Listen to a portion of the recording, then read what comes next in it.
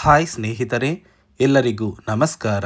ನೋಡಿ, ಗೃಹಲಕ್ಷ್ಮಿ ಯೋಜನೆಯ ಪ್ರತಿಯೊಂದು ಫಲಾನುಭವಿಗಳಿಗೆ ಸರ್ಕಾರದಿಂದ ಭರ್ಜರಿ ಗುಡ್ಡಿಸ್ನ ಕೊಟ್ಟಿದ್ದಾರೆ. ಕೊನೆಗೂ ಪ್ರತಿಯೊಂದು ಫಲಾನುಭವಿಗಳ ಬ್ಯಾಂಕ್ ಖಾತೆಗೆ ಸರ್ಕಾರ 6,000 ಹಣನ ಜಮಾ ಮಾಡ್ತಾ ಇದ್ದು, ನಾಳೆ ಬುಧವಾರ ಜನವರಿ 29ರಂದು ಕರ್ನಾಟಕದ 27 ಜಿಲ್ಲೆಗಳ ಪ್ರತಿಯೊಂದು ಫಲಾನುಭವಿಗಳ ಬ್ಯಾಂಕ್ ಖಾತೆಗೆ ಸರ್ಕಾರ ಈ 6,000 ಹಣನ ಜಮಾ ಮಾಡ್ತಾ ಇದೆ.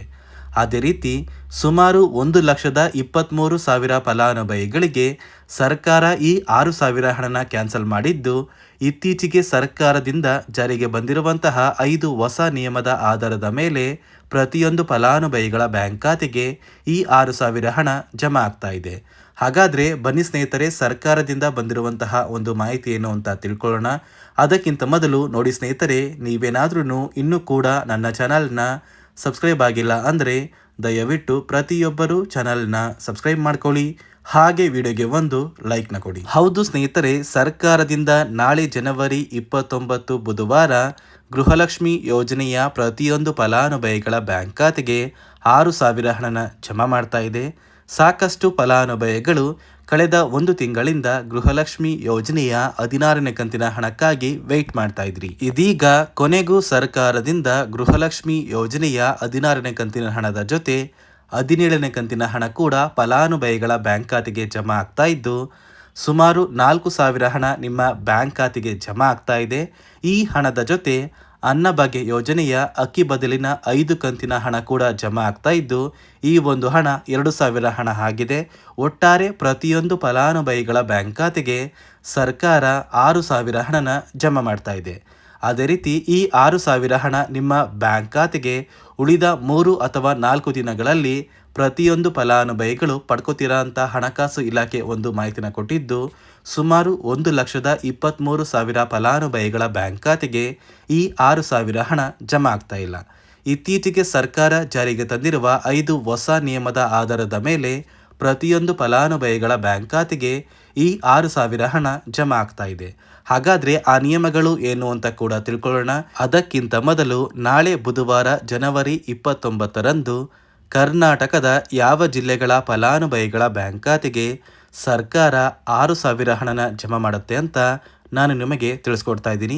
ನೋಡಿ ಸ್ನೇಹಿತರೆ, ಮೊದಲಿಗೆ ಬಾಗಲಕೋಟೆ, ಬೆಳಗಾವಿ, ವಿಜಯಪುರ, ಧಾರವಾಡ, ಗದಗ, ಹಾವೇರಿ, ಉತ್ತರ ಕನ್ನಡ, ಬೆಂಗಳೂರು ನಗರ, ಬೆಂಗಳೂರು ಗ್ರಾಮಾಂತರ, ರಾಮನಗರ, ಚಿಕ್ಕಬಳ್ಳಾಪುರ, ಚಿತ್ರದುರ್ಗ, ದಾವಣಗೆರೆ, ಕೋಲಾರ, ಶಿವಮೊಗ್ಗ, ತುಮಕೂರು, ಬಳ್ಳಾರಿ, ಬೀದರ್, ಕಲಬುರಗಿ, ಕೊಪ್ಪಳ, ರಾಯಚೂರು, ಯಾದಗಿರಿ, ವಿಜಯನಗರ, ಚಾಮರಾಜನಗರ, ಚಿಕ್ಕಮಗಳೂರು, ದಕ್ಷಿಣ ಕನ್ನಡ, ಹಾಸನ, ಕೊಡಗು, ಮಂಡ್ಯ, ಮೈಸೂರು, ಉಡುಪಿ ಈ ಜಿಲ್ಲೆಗಳ ಪ್ರತಿಯೊಂದು ಫಲಾನುಭವಿಗಳ ಬ್ಯಾಂಕ್ ಖಾತೆಗೆ ಸರ್ಕಾರದಿಂದ ಬುಧವಾರ ಅಂದರೆ ಜನವರಿ 29ರಂದು ಪ್ರತಿಯೊಂದು ಫಲಾನುಭವಿಗಳಿಗೆ 6,000 ಹಣ ಜಮಾ ಆಗ್ತಾ ಇದೆ.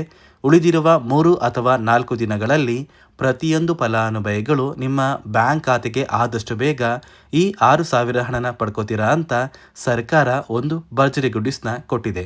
ಯಾರೆಲ್ಲ ಗೃಹಲಕ್ಷ್ಮಿ ಯೋಜನೆಯ ಪ್ರತಿಯೊಂದು ಫಲಾನುಭವಿಗಳು ಪ್ರತಿನಿತ್ಯವೂ ಕೂಡ ಈ 2,000 ಹಣ 4,000 ಹಣಕ್ಕಾಗಿ ವೆಯ್ಟ್ ಮಾಡ್ತಾ ಇದ್ರಿ, ಕೊನೆಗೂ ನಿಮ್ಮ ಬ್ಯಾಂಕ್ ಖಾತೆಗೆ ಕೆಲವೇ ದಿನಗಳಲ್ಲಿ ಗೃಹಲಕ್ಷ್ಮಿ ಯೋಜನೆಯ 16 ಮತ್ತು 17ನೇ ಕಂತಿನ 4,000 ಹಣ ಜಮಾ ಆಗ್ತಾ ಇದೆ. ಇದರ ಜೊತೆ ಅನ್ನಭಾಗ್ಯ ಯೋಜನೆಯ ಪೆಂಡಿಂಗ್ ಇರುವಂತಹ 5 ಕಂತಿನ 2,000 ಹಣ, ಒಟ್ಟಾರೆ 6,000 ಹಣ ಕೆಲವೇ ದಿನಗಳಲ್ಲಿ ಆದಷ್ಟು ಬೇಗ ಪ್ರತಿಯೊಂದು ಫಲಾನುಭವಿಗಳು ನಿಮ್ಮ ಬ್ಯಾಂಕ್ ಖಾತೆಗೆ ಪಡ್ಕೋತೀರಾ.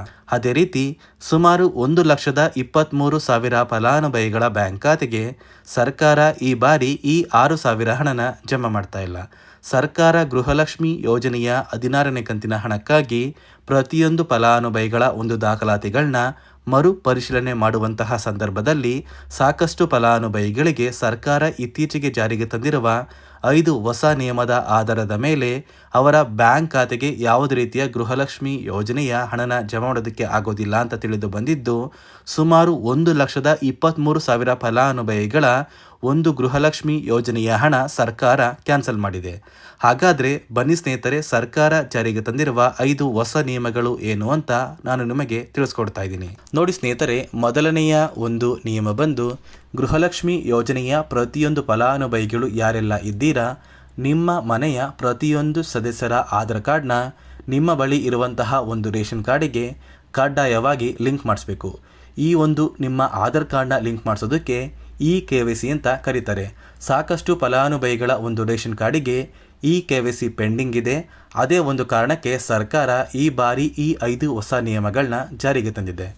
ಅದೇ ರೀತಿ ಎರಡನೆಯ ಒಂದು ನಿಯಮ ಬಂದು ಸಾಕಷ್ಟು ಫಲಾನುಭವಿಗಳ ಒಂದು ಆಧಾರ್ ಕಾರ್ಡ್ ಏನಿದೆ, ಆ ಒಂದು ಆಧಾರ್ ಕಾರ್ಡ್ 15 ವರ್ಷ ಅಥವಾ 15 ವರ್ಷಕ್ಕಿಂತ ಹೆಚ್ಚು ಹಳೆಯ ಆಧಾರ್ ಕಾರ್ಡ್ ಆಗಿದೆ. ಈ ಒಂದು ಫಲಾನುಭವಿಗಳು ಅವರ ಆಧಾರ್ ಕಾರ್ಡ್ಗೆ ಯಾವುದೇ ರೀತಿಯ ತಿದ್ದುಪಡಿ ಕೂಡ ಮಾಡಿಸಿಲ್ಲ ಮತ್ತು ಯಾವುದೇ ರೀತಿಯ ಒಂದು ಅಪ್ಡೇಟ್ನ ಕೂಡ ಮಾಡಿಸಿಲ್ಲ. ಅದೇ ಒಂದು ಕಾರಣಕ್ಕೆ ನಿಮ್ಮ ಆಧಾರ್ ಕಾರ್ಡ್ನ ನೀವು ತಿದ್ದುಪಡಿ ಮಾಡಿಸಿಲ್ಲ ಅಂದರೆ ನಿಮ್ಮ ಬ್ಯಾಂಕ್ ಖಾತೆಗೆ 2,000 ಹಣ ಜಮಾ ಆಗ್ತಾ ಇಲ್ಲ. ಮತ್ತೆ ಸ್ನೇಹಿತರೆ, ಸರ್ಕಾರ 16ನೇ ಕಂತಿನ ಹಣನ ಜಮಾ ಮಾಡುವ ಮುಂಚೆ ಪ್ರತಿಯೊಂದು ಫಲಾನುಭವಿಗಳ ಒಂದು ದಾಖಲಾತಿಗಳನ್ನ ಮರುಪರಿಶೀಲನೆ ಮಾಡಿದ್ದಾರೆ. ಈ ಒಂದು ಸಂದರ್ಭದಲ್ಲಿ ಫಲಾನುಭವಿಗಳು ಸರ್ಕಾರಕ್ಕೆ ತೆರಿಗೆನ ಕಟ್ತಾ ಇರೋದು ತಿಳಿದು ಬಂದಿದೆ. ಅದೇ ರೀತಿ 4ನೆಯ ಒಂದು ನಿಯಮ ಬಂದು ಸರ್ಕಾರದಿಂದ ಬರುವಂತಹ ಒಂದು ರೇಷನ್ನ ಕಳೆದ 3 ತಿಂಗಳಿಂದ ನೀವು ಪಡ್ಕೊಂಡಿಲ್ಲ ಅಂದರೆ ನಿಮ್ಮ ಬ್ಯಾಂಕ್ ಖಾತೆಗೆ ಗೃಹಲಕ್ಷ್ಮಿ ಯೋಜನೆಯ ಹಣ ಜಮಾ ಆಗೋದಿಲ್ಲ. ಮತ್ತು ಸ್ನೇಹಿತರೆ, 5ನೆಯ ಒಂದು ನಿಯಮ ಬಂದು ನಿಮ್ಮ ಒಂದು ವಾರ್ಷಿಕ ಆದಾಯ 7 ಲಕ್ಷಕ್ಕಿಂತ ಕಡಿಮೆ ಇರಬೇಕು.